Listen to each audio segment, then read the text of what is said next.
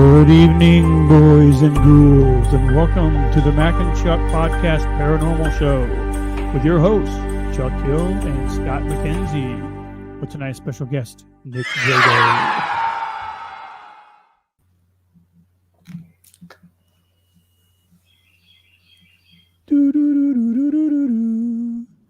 If that's not the most frightening thing I've ever seen, I don't know what is. Totally. That's pretty terrifying. Well, thank you. How you been, Max? Been a little bit since I've been on the air. Boy, it's been a minute. You like the dark ambience of things here going on? I do. You got kind of that darkness thing going on there. Darkness, everybody. Darkness. Speaking of darkness, have you been to any haunted houses yet this year? No. Nope. How about any of our listeners? Wonder if any of our listeners or viewers have been to any haunted houses this year? Bueller? Anybody? Darkness, haunted houses, Michael Myers. Welcome to the show, folks. Movie? You will notice behind me is just a regular black backdrop today. Mac and I are coming off of Max. Technically, I guess it would be your Broadway debut, man. No, come on. You have to say it the way you said it last night. What did I say last night? I forget. No, you don't. Yeah, you know what you said. Oh, yeah, now I know. Now I remember. So, Kim, welcome to the show. She says, of course, she has the GC cutting room. You know, I haven't had a chance to make it out there yet this year. I understand that they actually underwent a makeover this year, and they've got like 2 rooms this year. So, how was that, Kim? Let us know in the comments, or feel free to come on the show. What I am going to do. No, I was just going to say, let people know, the hours, how long you're open, if you're open past Halloween, things like that. Yeah. So I'm going to post Kim says, yes, it was scary. So I'm going to post the link here. If you want to come on to the show, click onto that link that we just posted, and that will bring you into the show. Tonight, we are going to be welcoming quite a few special speakers, so to speak, that are going to tell us specifically about their paranormal experiences and things like that. Kim says 6 to 10 p.m. Saturday. Okay, so I'm guessing on Halloween night, Kim, they're going to be closed. That's my guess on that. Kim can confirm or deny that. But yeah, we've got a couple special guests tonight. What happened? Let's see. Wait, it looks better already. Oh. Yep. So apparently I'm going to be going to Phantasm a couple times tonight. My camera just does not like to behave tonight for some reason. So, but anyway, tonight we're going to have on Nick Drago is going to be joining us tonight. We'll be bringing him on shortly. Nick is actually going to be a continuing guest, a recurring guest, I guess is the actual name we want to call it. Nick's going to be joining us every second Sunday. I said Sunday this time and not Tuesday. Every second Sunday of the month, he's going to be joining us, bringing us kind of his take on things. We're going to talk about conspiracies and all kinds of great stuff. And Nick has just got great opinions on that. And he's done quite a bit of research and things like that. And then eventually we're going to be talking about Nick's book when it comes out. And then we've got my daughter is going to be on. She's going to talk a little bit about her particular paranormal experiences. And then an actual treat tonight, my brother, who actually used to be part of a group called Supernatural Explorers, will be joining us about 6:30. And he has seen some things that will definitely make the hair on your toes curl. I mean, he's really kind of been in the thick of some things, and he'll tell us about some things he saw up in Alton and that. And then we're going to talk a little bit also about a couple of books that we read, and Mac has done most of the reading on these, but just kind of about some local lore and legends and things like that. Some of you are familiar with the Collinsville Gates of Hell, and then there's quite a few things up in Alton that are kind of creepy. And I was interested to read about the whole Lincoln's Tomb thing. I had no clue that was that was a thing. So that's kind of cool to hear about also. And then we have another guest. Tabitha is going to be joining us about 6:45. She's going to be talking a little bit about some things that she's seen, and we're just kind of all going to share some of our own paranormal experiences and what we encourage you guys to do. This is really one of those shows that just kind of really requires some audience participation, because we want to know about your particular paranormal experiences. And I think with that being said, Mac, I'm going to turn it over to you for a second. I'm going to bring Nick on here. Okay. Well, there he is. Poof. There he is. Hey. Well, oh, he's got the whole light shining on the face. He's joining the ambiance. Yeah. Quiet, Nick. Trying to bring you into the ambiance cool, here. Yeah. So how's it going? We did good last night, huh? Yeah, I enjoyed it. Good job. I enjoyed it. How's everybody doing? I think last night was pretty good. How was your day? Oh, good, relaxing. Just kind of painted and did some stuff. Yeah, I do a lot. I mess with art and stuff. I did write a little bit this morning. Oh, nice. Yeah, I was thinking maybe I could read like the first chapter when the time is right, and yeah, we could talk about it. Sure. Yeah, no, that'd be great. Got a list of things I want to bring to you guys. So yeah. Awesome. Hey, I'm going to bounce out of the show for a second. I'm having a couple technical difficulties on my end. So why don't you and Mac talk just for a couple minutes?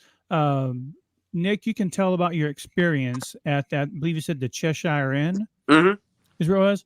Mac, there's a picture in our library that, we can show that I showed you earlier. Yeah. When you and Nick are talking about that, go ahead and bring that up so people can see this. Very interesting picture. I'm going to bounce. I'll be right back, guys. All right. Andy, so yeah.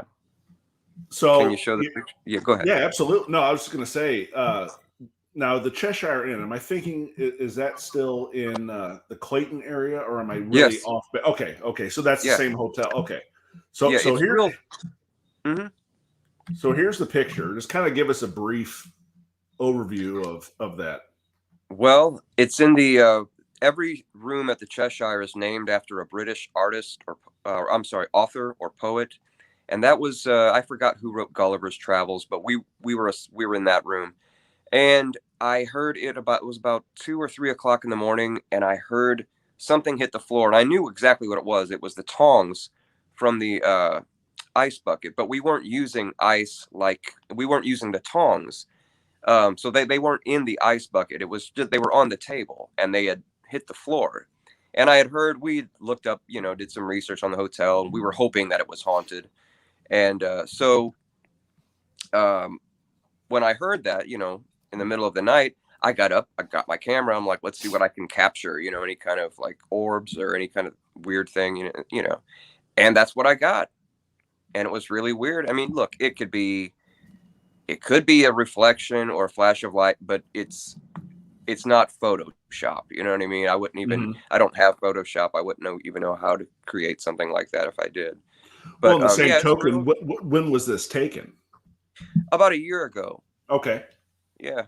It's about a year ago. And yeah, that's it, man. It's a real photo. It looks kind of like, I don't know. I've heard someone say it was kind of like an angel flapping her arm wings or something. It does kind of. You can kind of see an outline contour of maybe some kind of a body shape. Not to say human, but something. Right. Arms, legs, kind of a body shape. Yeah, is what I see. And what I did was I took about 4 pictures right in a row, maybe 3 or 4, and there was only something in one of them. So I thought that was interesting. I don't have those other pictures. I didn't save them, but now am I seeing the actual tongs on the table there?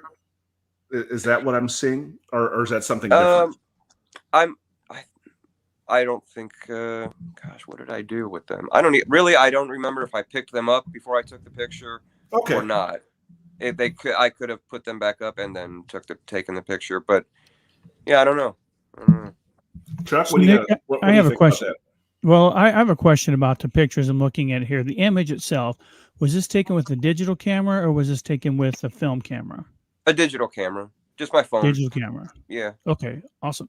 Because I've heard, that sometimes the paranormal or the EMP. No, it's not EMP. What are they called? EVPs.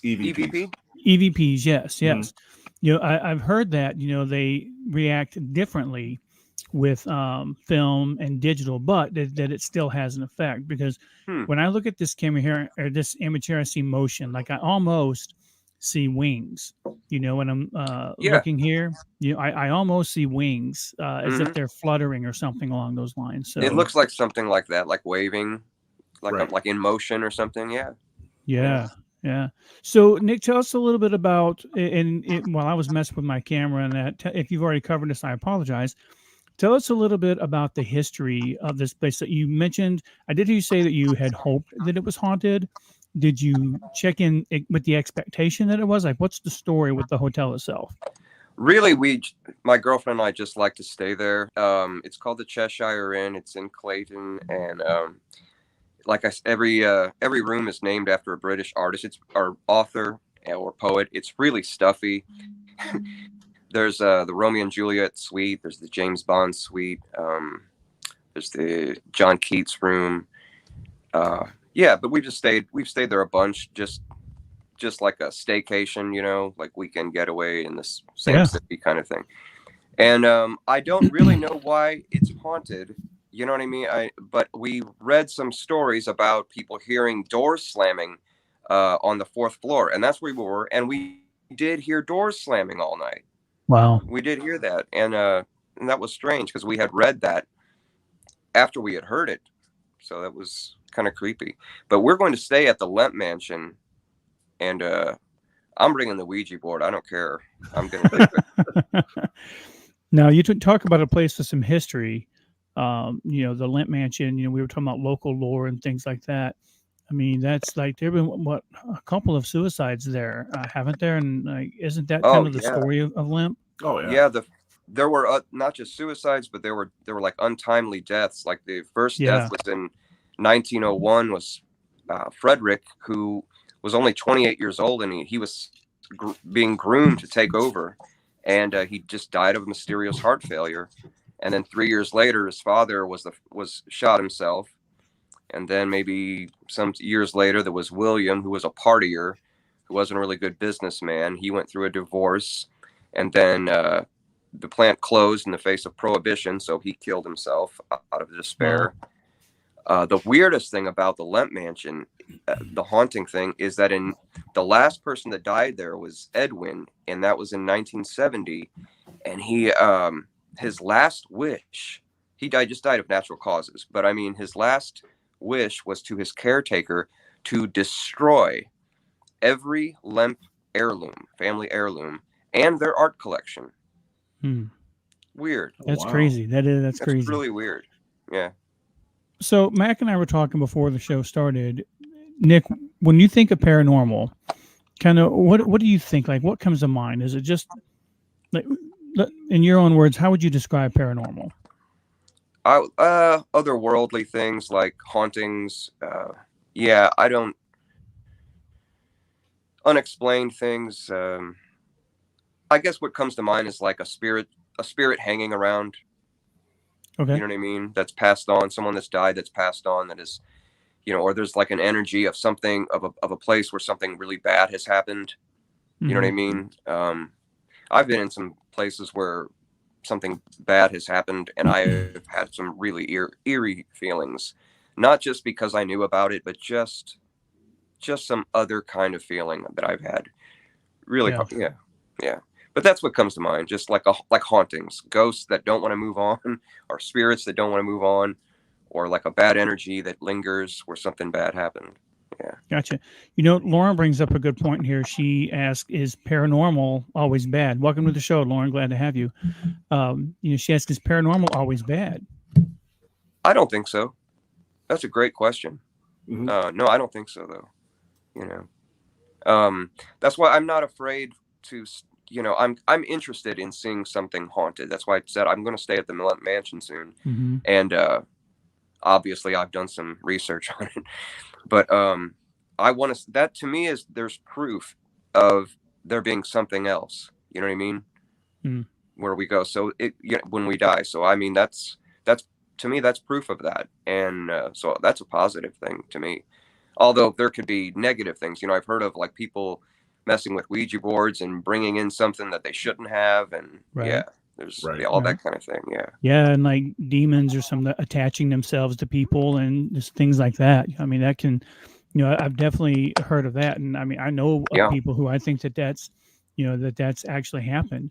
They're real life. There are real life exorcists. There's a Vatican exorcist. Right. Mm-hmm. There was a former Vatican exorcist. His name was Malachi Martin. Look that guy up sometime. He did several interviews, and he died a mysterious death. And but he like you said, he performed like over 50 like exorcisms. This is something that really happens. It's documented. It happens. Yeah, I've heard of people talk before that, after a loved one has passed or something like that, that they get this feeling that they're present in the home or present in the area, and that it's more that they're just like letting their loved ones know that they're okay. That they're just like, I'm okay. I'm not in a bad place, or I'm not. I mean, Mac, you're shaking your head pretty heavily. I mean, you've shared a couple of times in that instance. Would you care to share that on the show? Just certain things happening after my daughter passed within the week of that happening, such as a joke she shared with one of her cousins about a leaf. They were talking about stuff, and he held up a leaf that had bug had chewed through the leaf, and he asked Caitlin what it was, and she's like, I don't know what that is. He holds it up like a fig leaf and goes, oh, it's Adam's lingerie because it had holes in it. Well, that probably 2 days after, or sometime during that week, one of those same leaves kind of fell off the tree and we were sitting on the steps right outside and landed right between his legs. I mean, the same type, not the exact same pattern, but just something close to it. We both just kind of stood, and at the same time, he said that he heard what he thought was footsteps on the porch itself. There's another time we were sitting in her room after that happened, and she had this lotion, kind of a strawberry cream scented lotion. She always used to rub on her hands and her feet because, man, that kid had some rank feet.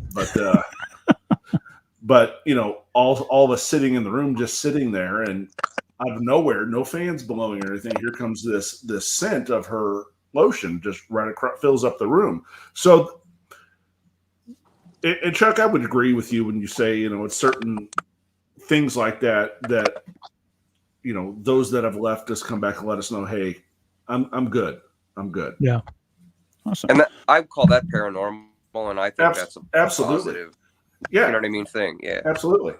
Yeah. And Nick, it's interesting that you mentioned otherworldly because, Mac and I were talking about, would aliens be considered a paranormal kind of, situation? And like, I think we kind of agree on that, but what are your thoughts on that?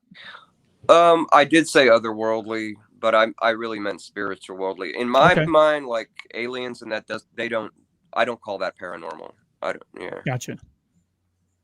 I mean, when you go to Barnes and Noble, they're in that section. You know what I mean? But yeah, no. But if I were to kind of look up the actual definition of it, it says donating events or phenomena such as telekinesis or clairvoyance that are beyond the scope of normal scientific understanding. That's kind of the textbook definition of paranormal. Gotcha. Okay. Seances, that kind of thing. Yeah. Yeah. Well, speaking of paranormal and situations that have occurred, guys, we're going to welcome. She has herself listed as my favorite child. I'm sure that she's my favorite daughter for certain. So we're going to bring Shelby on. Hey, Shelby, welcome to the show. Are you sitting out in your car? We can't hear you, goofball. We can't hear you. That's because she's muted. Did you mute her? I forgot to unmute myself. I did not mute her. She's I on muted mute. myself. She's on mute standby though. I am in the car. I took Emma out to see Shadow Island. Oh, cool. So, oh, nice. Here I am. Nice. So Shelby, you've experienced a couple things throughout your life. One that I think we've shared in the past before. And why don't you just kind of give us like your experience with some paranormal activities and just what you've experienced yourself? Well, okay, so with our house, we lived in a house when I was really, really young. I don't really remember much I don't know if it's like what I remember or what's been told or like maybe kind of both. But just that I had like these weird spirit things that I called the boys, and they just weren't very good, I guess. I don't know. I don't recall any experiences with them other than I do remember I had woken up one night and went to my parents' room and told them that it was too loud in there. And, oh yeah, one of my parents. So I can't figure it out. The story. Anyways, that it was too loud, and that's really all I remember from it. But like over the years, my parents have kind of confirmed that that was a real memory as opposed to not really. And they had like the house blessed and all that fun stuff. And I'm gonna go into the stuff that I experienced and remembered. One time, my friends and I, we had made, like, we were watching this scary movie, and they wanted to make a Ouija board, and I do not mess with Ouija boards. Like, it's not, no thank you. I understand some people like, it's just a game. No. Okay, you are inviting something in. Don't do it. Moral of the story, don't do it. Okay? And they decided to do it. And we didn't have one. So her husband made this Ouija board out of a piece of cardboard, from a box, like the top part. He just ripped it off. You can hear my daughter in the back. Sorry. Oh, hey, she's adding ambiance to it. Yeah, she's the unseen right voices. It's my sweet girl right there. It's a spirit. But they had taken it from my friend's little brother's bed. Like at the end of his bed was this cardboard box. So they tore off a piece of it and drew on a Ouija board. And I thought that it wouldn't work the same because it was like, 1 second. Hey, can you be quiet for just 1 minute? Thank you. Well, it's a good thing to know you're not driving. Right. No, I'm not driving. I'm not. She loves green lights, I guess, today. But I mean, she's singing the red light, green light song. My deepest apologies. But so they made this Ouija board, and her and another friend of mine, we'll call her Peach. I don't know if I should say her name or not, but they both put their hands on it and was messing with it. And I kid you not, all the lights shut off in the house. Like every single one of them, all electricity went out. Just like, Ooh. I about dookied my pants. Okay, I was so scared. Wow. So after all the power went out, I'm talking every bit of electricity in this house. There was not, the outlets weren't working, nothing. And the baby swing that they had, or like they had some type of little baby toy, the volume on it like shot all the way up. It was powered on, and it was one of the ones you had to plug in to turn on. So there was no logical reason for it to have turned on. Wow. And like it started playing like the music, and the lights started flashing and stuff. I freaked out. I told them we are finished with this. And the other thing, they took their hands off of it as soon as the power went out without saying like goodbye or anything. And I believe in the rules. If you're going to mess with that stuff, which you shouldn't, you should follow the rules. And they broke like every single one of them that you could. So I'm thinking at this point, it's about to turn into paranormal activity in this house. Okay. I was really scared. So I told them they had to get rid of it, and I wanted to go home. So my friend's husband took the thing, and he's like, okay, chill out, whatever, and threw it away in the trash can outside. Again, don't do it. You're supposed to burn it, okay? For anyone watching. And I forgot that we were on like a podcast and not just talking to each other. But so he threw it away, and he took me and my friend back to my house in his pickup truck. And in the back of his pickup truck was the Ouija board that he had just thrown in the trash can. That's crazy. And it was I was terrified. And so about a week later, I go to church, and my friend's mom, who she was staying with at the time, comes to church, and she's like, my son, he's just having a really hard time sleeping. He just keeps saying that there's a man at the end of his bed where we got the cardboard from. I spilled the beans. I told her everything. God. I told her, I Wow. said, you need to get a pastor in your house. You need to bless your house. You need to do everything you can because we took You it need to to burn Chicago. your house. Yes, to the ground. Yeah, it was the craziest experience ever. And I've experienced like little other things outside of that. Dustin and I were hanging out in my room one time and nobody else was home except for me, him, and my friend Kylie was sleeping on the couch. And our bedroom door was shut and my doorknob, it was upside down. And so you had to physically turn it in order for it to open. Like you couldn't just push it open. And I don't know if that made any sense, but I can visualize the doorknob in my head. Anyways, unimportant. Anyway, so the door handle, then like we noticed it was turning and the door cracked open and then shut again. And I thought maybe my friend, like I came in and, was like, oh, I'm sorry. We weren't doing anything but watching a movie, but I figured it was her. I went out there and she was still passed out in the same position she was in when I last seen her. And she had no idea what I was talking about. There was nobody else home. Somebody just opened my bedroom door and shut it and physically turned the handle to shut it again too. It was really crazy. That is crazy. Well, Shelby, we appreciate you coming on tonight. I mean, Nick or Scott, do you guys have any questions you'd like to ask Shelby? No. I personally have heard all these stories, and it's If there's anything you can take away from Shelby's stories is don't mess with the Ouija board. Well, I'm not sold on that, but one thing that she said was she said there was no reason for these lights to go on or off, something like that. Mm-hmm. I used to paint for a couple of years, painted apartment interiors, and I had painted this apartment unit where this woman had died just 3 days before, and the power drill just went on by itself. Power sander just went on by itself. There's no reason for that. Power tools just don't turn themselves on. No.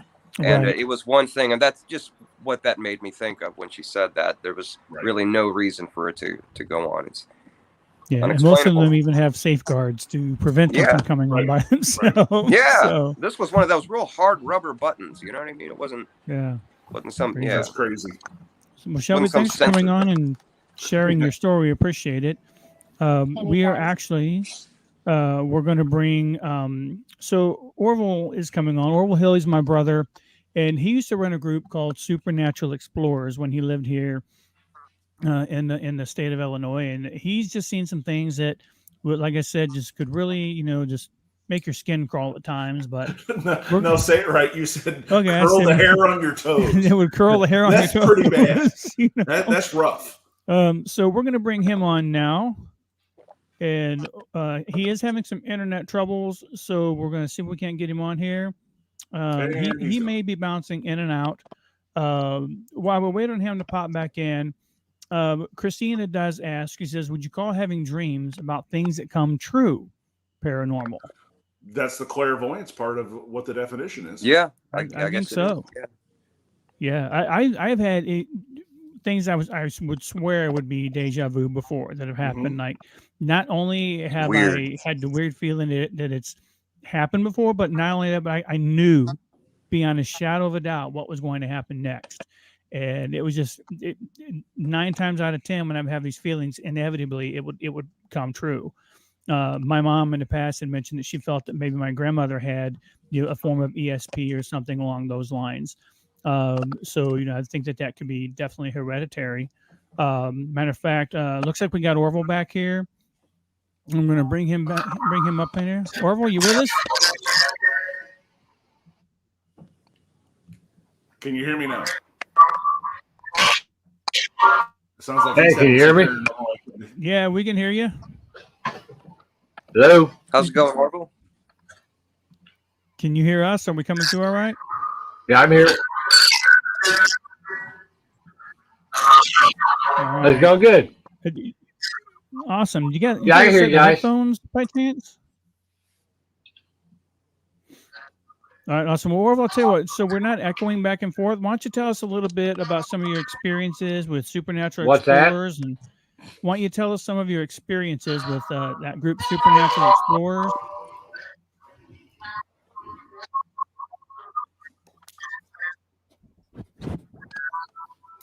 guys, you're Yeah, I think he's still having some technical issues, so we'll let him get that squared away. But then, are there any stories that you remember that he's told that really stuck with you that maybe you can share while we're waiting for that to get straightened out, or do you just want to let him do that? You know, I remember a time he was telling me he was in Alton, and he was talking about a place he'd been up there. It was a mansion. It wasn't McPike Mansion. It was another one up there, but he had been in this room, and they were just like, it was just really weird, just like weird, eerie feeling that, you know, something was following him, and that he was attacked in the dark, but there was no one there. Like he was physically attacked, and like had all kinds of scratches and things like that on him when he left. No kidding. Yeah, like he was physically attacked by an apparition or something, that something had manifested itself and physically attacked him.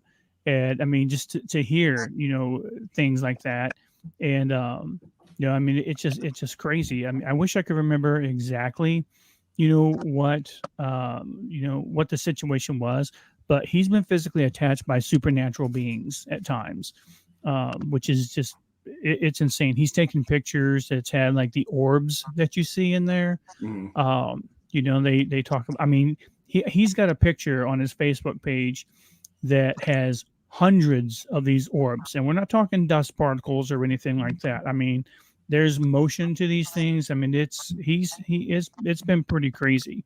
No kidding. Yeah. You know, we were talking earlier about Pamela says, I felt my husband's presence for weeks after he passed. Opened the cabinet doors, dog staring at nothing, microwave turning on by itself, TV turning itself on. And she said that this lasted for about 5 weeks. And then, if I recall, that just kind of went away, you know?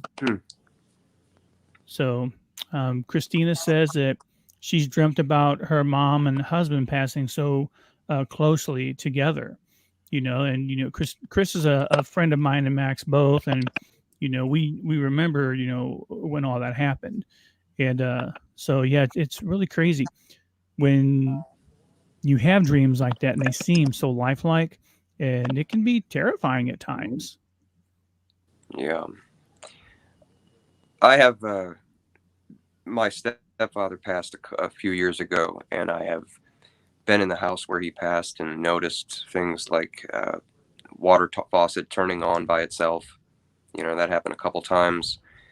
My nephew was over there one time, and he's autistic, and so he doesn't communicate so well. So I was entertaining him. I was standing by the window, and he looked over at the window like something got his attention.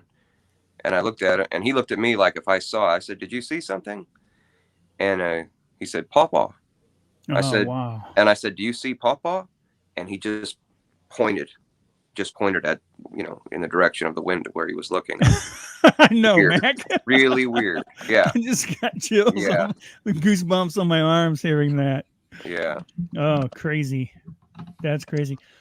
Well, you know, my mom, I think I would have to let her talk about, you know, if she was ever comfortable about, you know, after my aunt passed away, like the night that she passed away, there was just like this hellacious storm, you know, just like my aunt had, you know, a lot of, you know, personal demons that she battled. And just the night that she passed away, you know, and she can correct me if I'm wrong here, but it was just like a storm to beat hell.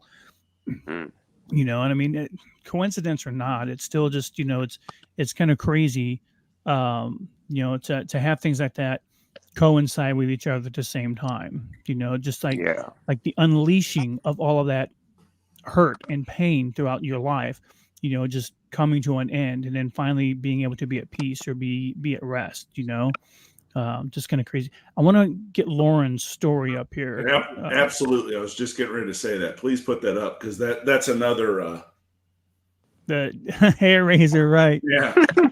So, you know, Lauren says, 2 weeks after my great aunt passed, I stopped by her house and let myself in. She didn't have children, and Lauren had a key since she was close with her.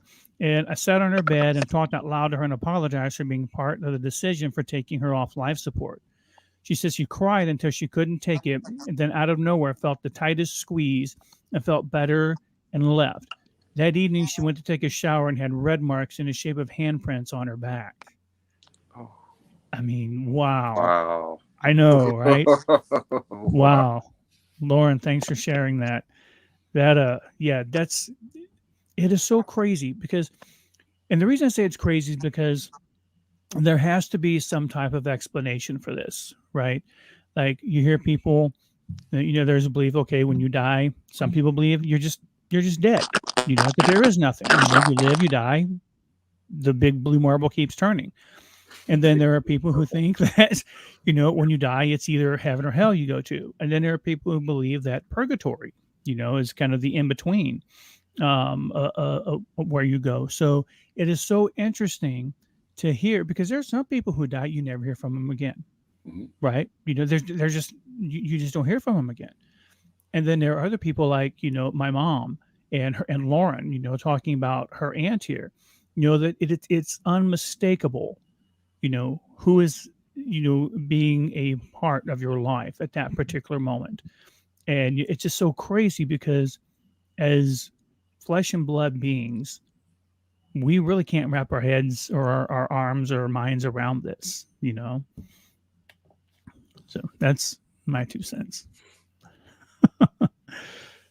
So, Mac, you want to tell us a little bit about what you came across when you were researching some of the local lore? Well, Nick, I'm sure you know about Mineral Springs Hotel in Alton. I've heard stories about that. I was reading that book that I got talking about how there was some remodeling, but there was a pool area there where people have actually, it's back under parts that are under lock and key. And the guy that wrote the book actually went in there with, a small flashlight and saw child's footprints in the dust in the bottom of the pool. That's one of the ones I'm sitting here reading in the dark going, one of those readings. So it's just stuff like that. There's so much evidence out there. There's so many stories. There's so many personal experiences to where, you can say, I don't believe in that, but can you really say that and mean it? I don't think you can. Nick, I think we lost your mic.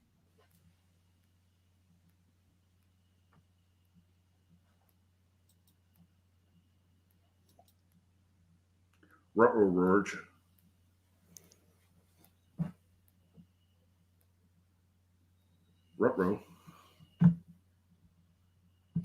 We can see you. We just can't hear you. But while Nick's getting his technical difficulties, someone doesn't want us to have this show tonight. Maybe I should turn on more lights. But while he's getting that, I'm sitting there writing this stuff down. If you look for local stuff in St. Louis, like Nick talked about, there's the Limp Mansion, there's the Exorcist House and Alexian Brothers Hotel, or hospital, Alexian Brothers Hospital that's since been demolished and rebuilt. Now, over the years, just looking through things like that, reading that, where the wing of the hotel, I keep saying hotel, the wing of the hospital was, where all this took place, they said they sealed it off, but there would still be electrical problems. People would have a lot of feeling of intense temperature changes in that part of the wing. And you want something that'll give you the old, when they tore that down, the wing where that was, the concrete and the asphalt kept splitting there. They'd smooth it out, tear it up, and it would split again. I'm like, whoa, no, thank you. Yeah, but that's crazy. But there is a place in Wow. Hey, he's back. Hey, Testing. We got you back. We can hear you. Can you hear me? Yeah. Yeah. Okay, cool. I put my earbuds in. Awesome. There is no, you're good. You're good. There's a place in Wildwood that I read called Zombie Road. It's at the intersection of Highway 109 and Old State Road, to where you drive down here and they said you have the feeling of thousands of eyeballs from the woods on you as you're driving through it. I'm like, I've heard of Zombie Road. Places not to go. It's just one of those, like, okay, well, I'll stay far away from there because I don't need, and there's this place that I read, it's, where is it? Oh, it's in Vandalia. This guy who was doing a lot of Springfield stuff, he went to this house in Vandalia, and they were looking through like one of these ghost hunter type series, but this guy was writing a book, and he's going through this house, and he actually feels, he takes pictures, sees a small boy and a girl, and then he actually physically feels two, just rush through him. Wow. And he's kind of taken aback by that. And they said over the next few weeks, he started feeling real depressed and, sad, melancholy, things like that. And he just couldn't shake it. So he got this medium, I guess, for lack of a better explanation, that looked at his aura and saw that this male child had attached to his aura, was just being taken around with him everywhere. And the child couldn't get loose. So that's where the depression, the melancholy feelings, the sadness came from. Wow. It's one of those, you're just like, you're just dragging someone along with you. I mean, right. Crazy. I mean, he said he wasn't possessed, as you feel, as we grew up listening to, when a spirit goes through you, they take possession of you. He's like, no, this child's spirit was attached to his aura. Well, so Lauren commented that she's been out there to Zombie Road. And I put her comment up there that she said that they parked in her chains dragging on the ground in high school. So that's nuts, man. And your cousin wants to go, Chuck. Yes, I saw Katie's ready to go to Zombie Road. She lives in that area, so there's possibly a good chance that may end up actually happening. Just make sure the windows are rolled up and push the old locks on the car down. Right. Yeah. So, there's this one. Were you gonna go ahead? No, please go ahead, Nick. No, I'm trying to think of this one place. There's like a railroad track where yes. I think a school bus died. Remember, and if you go to the park your car on the railroad track, it'll move by itself. Mm-hmm. I don't know where that is. You've heard of that? No. Yeah, I have. And actually, some people put that to the test, and they actually powdered flour on the back of their car. And when they did that, and it happened, there were child-sized handprints on the back of the car from pushing the car forward. Yeah, I've totally heard that. Wow. Yeah, I know. Wow, man. I know. Now, where's that, so I can stay away from there too? Now, see, I don't remember where I heard that. I think I don't know. It was probably on like Unsolved Mysteries or something. We saw that on or something. Okay, Katie, might have been local. Would you care to share where that is, so I can make sure I stay away from there? Yeah, Katie, get your Googling fingers together and see if you can find where that's at, because we'd love to hear about that. So Nicole says it's out by Scott Air Force Base. Okay, so hang on. That's local. Zombie so, Road? Wow. No, Zombie Road's Road? out in Wildwood. So the place the railroad tracks we were just talking about, it's out by Scott? I think so. Yeah, I think that's what places to stay away from. So Lauren says they stopped in Crystal City after, and there were prints on the car also at Zombie Road. So good night, everybody. I'm just going to go take a shower. So it would be a really cool show to follow this up with would be like the Urban Legends show. Oh yeah, to do something with Urban Legends, just to kind of see like what explanations there have been. Lauren says she'll never go back to Zombie Road. So I don't think I'd blame you for that. Just don't take a Ouija board, right? And if you do, follow the rules according to Shelby. Yeah, burn it.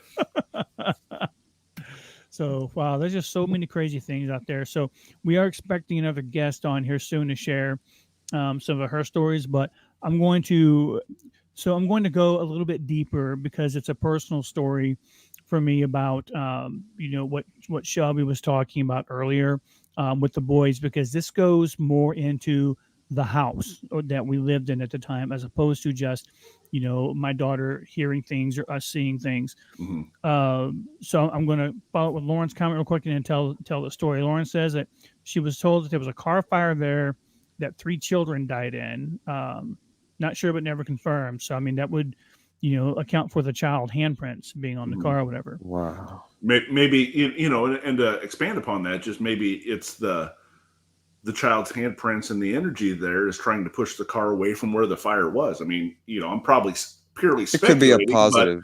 But I mean, to me, that's kind of where my mind goes. Wow. Yeah, no, for sure. So Nick, you know, we have a mutual friend named Mark. I won't mention his last name, but we have a mutual performance friend, Mark, who, so this house that my first wife and I bought, we lived in, and he had told me the story that when he would be flying places, and I'm trying to be as vague as I can, but still be a little detailed. I know who you're talking about. When he would fly places, that when he'd be in his hotel room, he would hear children laughing in his hotel room. And he would hear them distinctly say, "Shh, shh, be quiet. You'll wake him up. You'll wake him up." I'm Like, done. you could hear them I'm talking this in the hotel room, right? So when my ex-wife and I bought their house, like, we knew about the stories of the children traveling with him, right? Yeah. Well, so one night, it was soon after my son was born, where my ex-wife and I were in bed, you know, and all of a sudden, like, Shelby comes to the door and says, "Daddy, they won't go away." And we're like, "What are you talking about? Go back to bed." You know, it's like, "Go back to bed." She's like, "But Daddy, they want in." And at that point, I was like, "Who wants in?" You know, so I'm thinking there's someone outside of our house, right? So I get up, I go into her bedroom, I look around, I don't see anything. I look out her window, I'm like, "Look, shall we just go to bed?" Okay, so she goes back to bed. And not even 5 minutes later, she comes back into the bedroom and says, "Daddy, they're knocking on the window and they want in. They want in." And so we're like, "Okay, you're coming to bed with us." Okay. And so she gets in bed with us. And then, like, maybe 5-10 minutes later, there's this loud crash in her room. Like, it's loud. And it comes from her closet, right? So I get up, I go into her bedroom, and I look, and her closet, the entire thing on the inside has been dumped into the floor. Right. And so, yeah, it was crazy.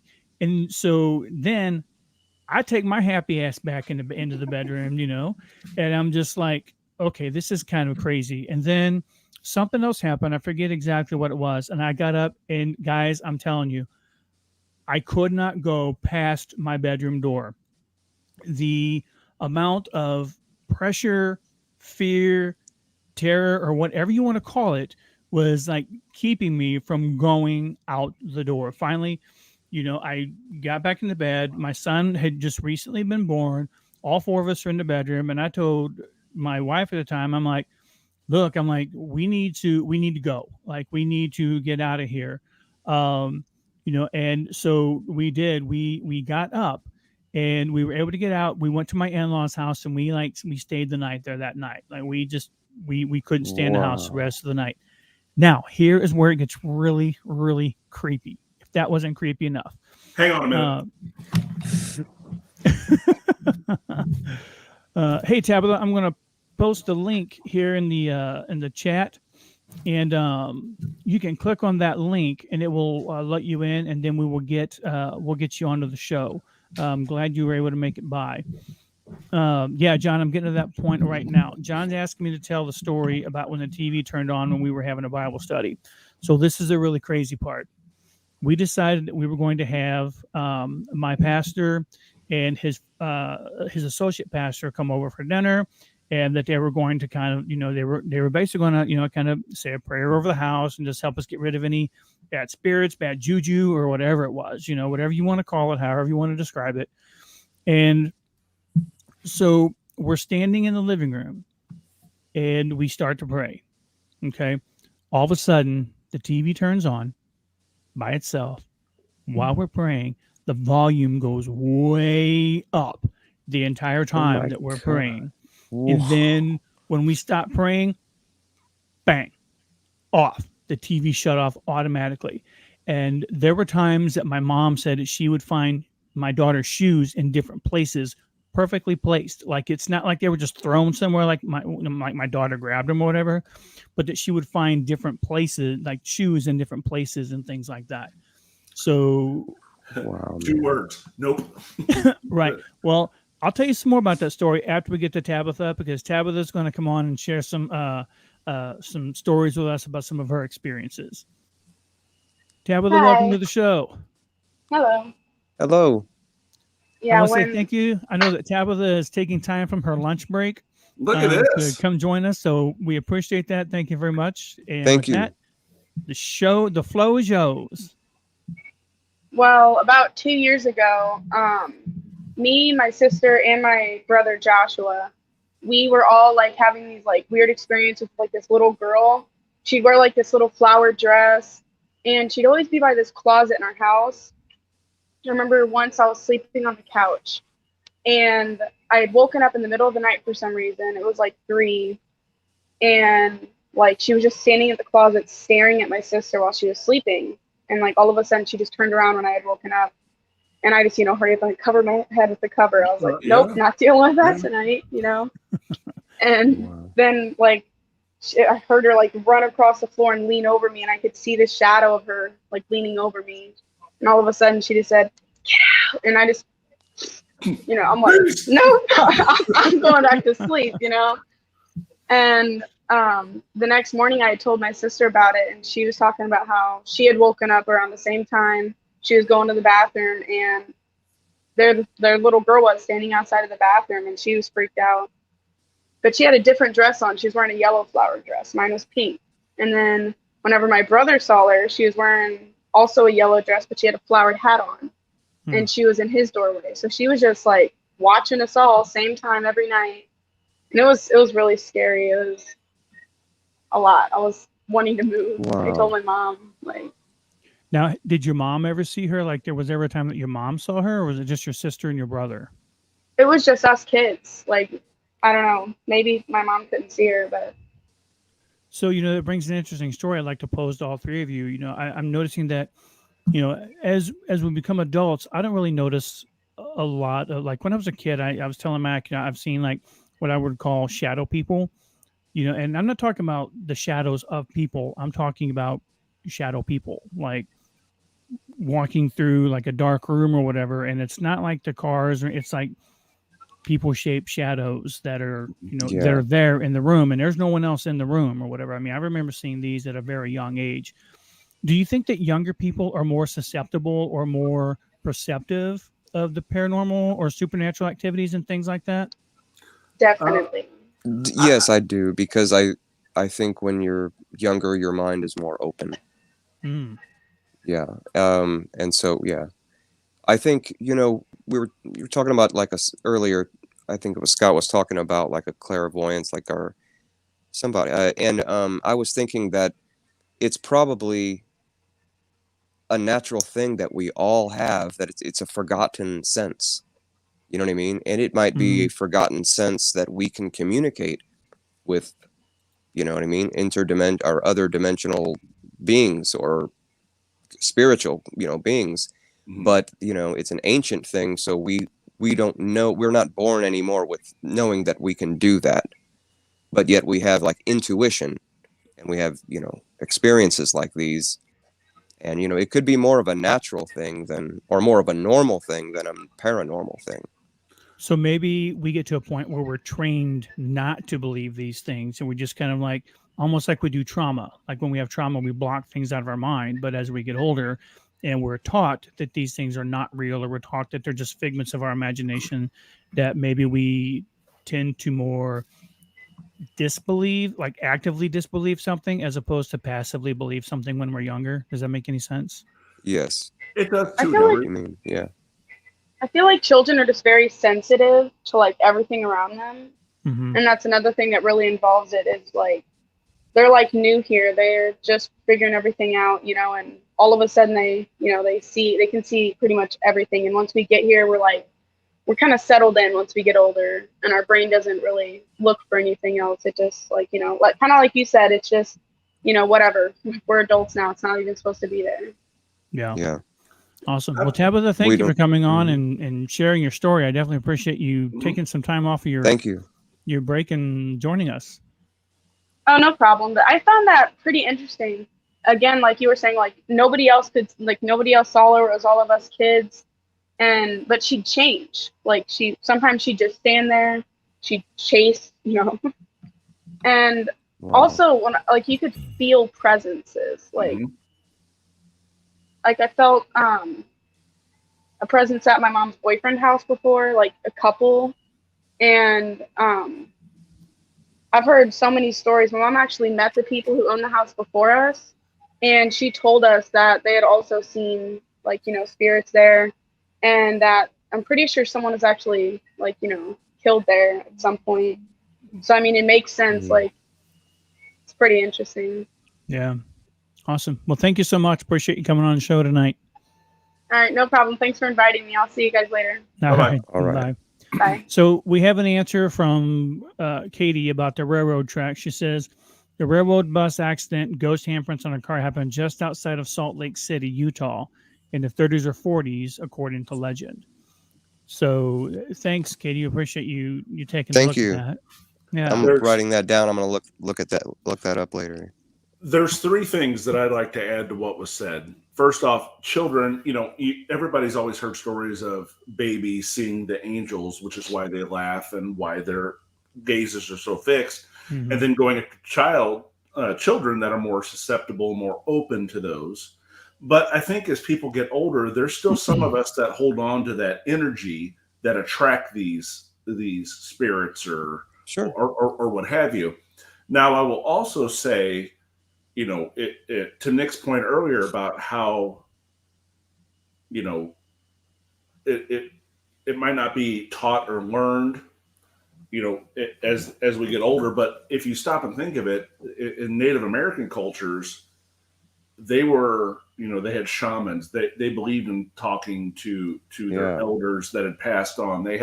But I mean, if you were to equate that with now, there's much more connection that people have now, and they are open to those signals, so to speak, that they used to be back then when they didn't have so much interaction and connection, so to speak, with everything now that we do. So do you attribute that to maybe technology now? I do. I really do. Okay. I really do.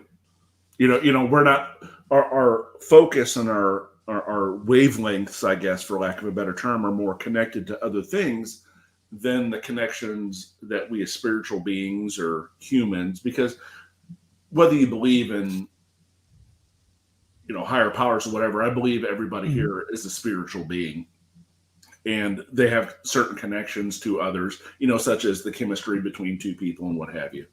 But that's talk for another day. But I believe the connections that I spoke of that were with people just have more of an energy and a magnetism to paranormal spirits, things of that nature, than others do. I believe if you take away some of these connections that we're all connected to in technology, those pathways are going to be more enhanced. That's just my opinion. Yeah. Now, Lauren says here she saw her aunt only because she believed that she needed her. She said she was hurting so bad she needed her, and went out there in search of her. So, Scott, kind of to what you were saying, you know, I mean, maybe if we're looking for those things, maybe that's what we're attracted to, you know, and we're sent what we're needed, right? You know, in those situations. So, yeah. And some of you may not have, you know, caught the comment that Lauren made earlier regarding why she needed her aunt so bad, but that her aunt is actually a person who helped her out of an abusive relationship. And I think that puts together a certain connection to someone also on a completely different level. So yeah, that's all. As my friend Kim would say, very interesting, you know, but you know, I mean, it is really interesting how a lot of this stuff just kind of plays out and how it's kind of an inside joke, Nick. No, I'm laughing at this. Oh, 9-time live book series. Thanks, John. A little chuckle there. That's true. But, you know, I mean, Scott, I think I agree with you when you're talking about different people being attracted to different energies. You know, I think it does play a lot into the chemistry between two people, whether it's a romantic chemistry or whether it's a friendship chemistry. I think that's why you can have some friends that you may not even see each other for 10, 15 years and just pick up right where you left off because, you know, and then maybe that's the same way after, you know, someone passes away. You know, you hear all the time people talking about, you know, well, I felt their presence, you know, or, you know, I just know that they were there with me or something along those lines. Or, you know, I have had physical, spiritual connections myself, you know, a non-physical, how do I want to say this? A non-physical experience that was very physical to me, I guess, is the best way to put that. On an emotional level, right? Yeah. Oh, yeah. Yeah. Yeah. Yeah. Absolutely. How about you, Nick? Have you ever felt, like you yourself, like, have you ever felt so connected to someone that's maybe passed that, not that you saw them, but you could actually feel them in the room with you at the time? I did feel that when my father passed away, I at one point really felt like he was right there at this one point, and it was right when I arrived at a certain place. I got out of the car. I really felt like he was in the parking lot with me. It was the strangest feeling, It was like I couldn't really explain the feeling any other way. It's just that I felt the way that I do when he's around, Yeah. But it was, yeah. But I'll tell you, I have a connection with people that are alive like that, where not that I can feel them, but I know when they're going to call me. I know when they're going to message me. You know what I mean? I know when they're going to respond to my Instagram posts or whatever. You know what I mean? It's just weird stuff. It's like, oh, I knew that was you calling. Yeah, it's and I think there's a lot to be said about what Scott was saying. Like, I think we open our minds up to it, so it's going to be more available. You know what I mean? That portal, for lack of a better word. You know what I mean? Yeah. That connection. I think portal's a great word to use there. Kind of like an open doorway. Yeah, I think that's a great word to use there. Yeah. Awesome. Well, man, guys, I think tonight was a great show, and I think we covered quite a few things, and we definitely appreciate everybody's coming on the show tonight. Orville, sorry we couldn't get to technical difficulties things straightened out there. Hopefully on another show we can get you on. And yeah, I'd like to hear from him. Absolutely. Yeah, he's definitely got some interesting stuff going on. So I think let's get Amy's comment up here. Amy says telepathy is a real thing. Most people just don't realize it's operating. I agree with that 100% because there's a lot of, even in medical journals that state that human beings don't use 100% of their brain capacity. Mm-hmm. Yeah, so that's what I'm talking about. And just believing that it can happen is starting to use that. Right. Right. Yeah, I think that there's so much more. I definitely think that there's so much more that we are capable of doing that we just don't, or we just don't. It's almost like even our physical limitations. We find so many times our physical limitations are really, within reason, limited to what we believe or what we think we can do. And I think, along with you guys, I think that that's a lot of what our mental capacity is all about. Also, we restrict ourselves. Like there was an Eagles song, something about being held inside a cage and never even knowing you're the one with the key or something like that. And it's all very interesting stuff. It wouldn't surprise me to see people that have more of a wavelength with spirits to have, maybe on an MRI to see more brain activity. It would not surprise me, and it really would not be out of the realm of possibility either. That's probably. I bet there's been studies like that. I'm sure there has. Yeah. I wish I could remember. I wish I could remember the exact number, but when we talk about spirits and souls and things like that, there's actually been scientific studies about the weight of someone's soul and how much does your soul actually weigh? And like 23 grams or something. Something like that. Yeah. It was something very minute, but still significant enough to be consistent across every person that they did this, these experiments on, that they were there when they took their last breath. And it wasn't a breath, it wasn't like, their last breath is what went away. Mm-hmm. It was something physically leaving the body. And right. So, wow. Yeah, crazy stuff, man. Awesome. And on that note, I'm going to turn out all my lights and go to bed. No, okay. Sleep well. Cool. Lauren says she has a cool book to pass on to me. I look forward to it, and I'll take a watch at that.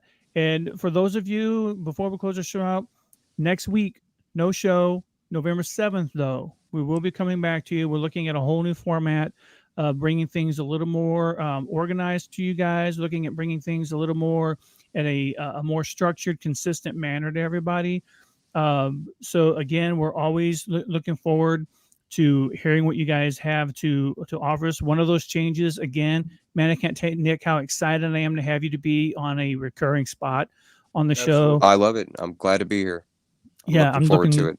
Yeah, me too, man. I think it's going to be great. So thank you for that. And if you guys have ideas for the show, segments for the show, let us know. I know that when we first started, we talked a little bit about, sponsors and things like that. We're kind of going to throw all that sort of out the window a little bit. We just want to bring you a great show. And if someone wants a sponsor show, awesome. If not, we're still going to continue to bring the show. We're going to dedicate some time to you guys. Mac, thank you so much for, the books and the research that you did. You did a fantastic job on that and bringing that information to us. And I think that's what you do. I think with that information, guys, we're going to let you go, and happy Halloween to you guys. Happy Halloween, folks. We'll see you next time. Take care.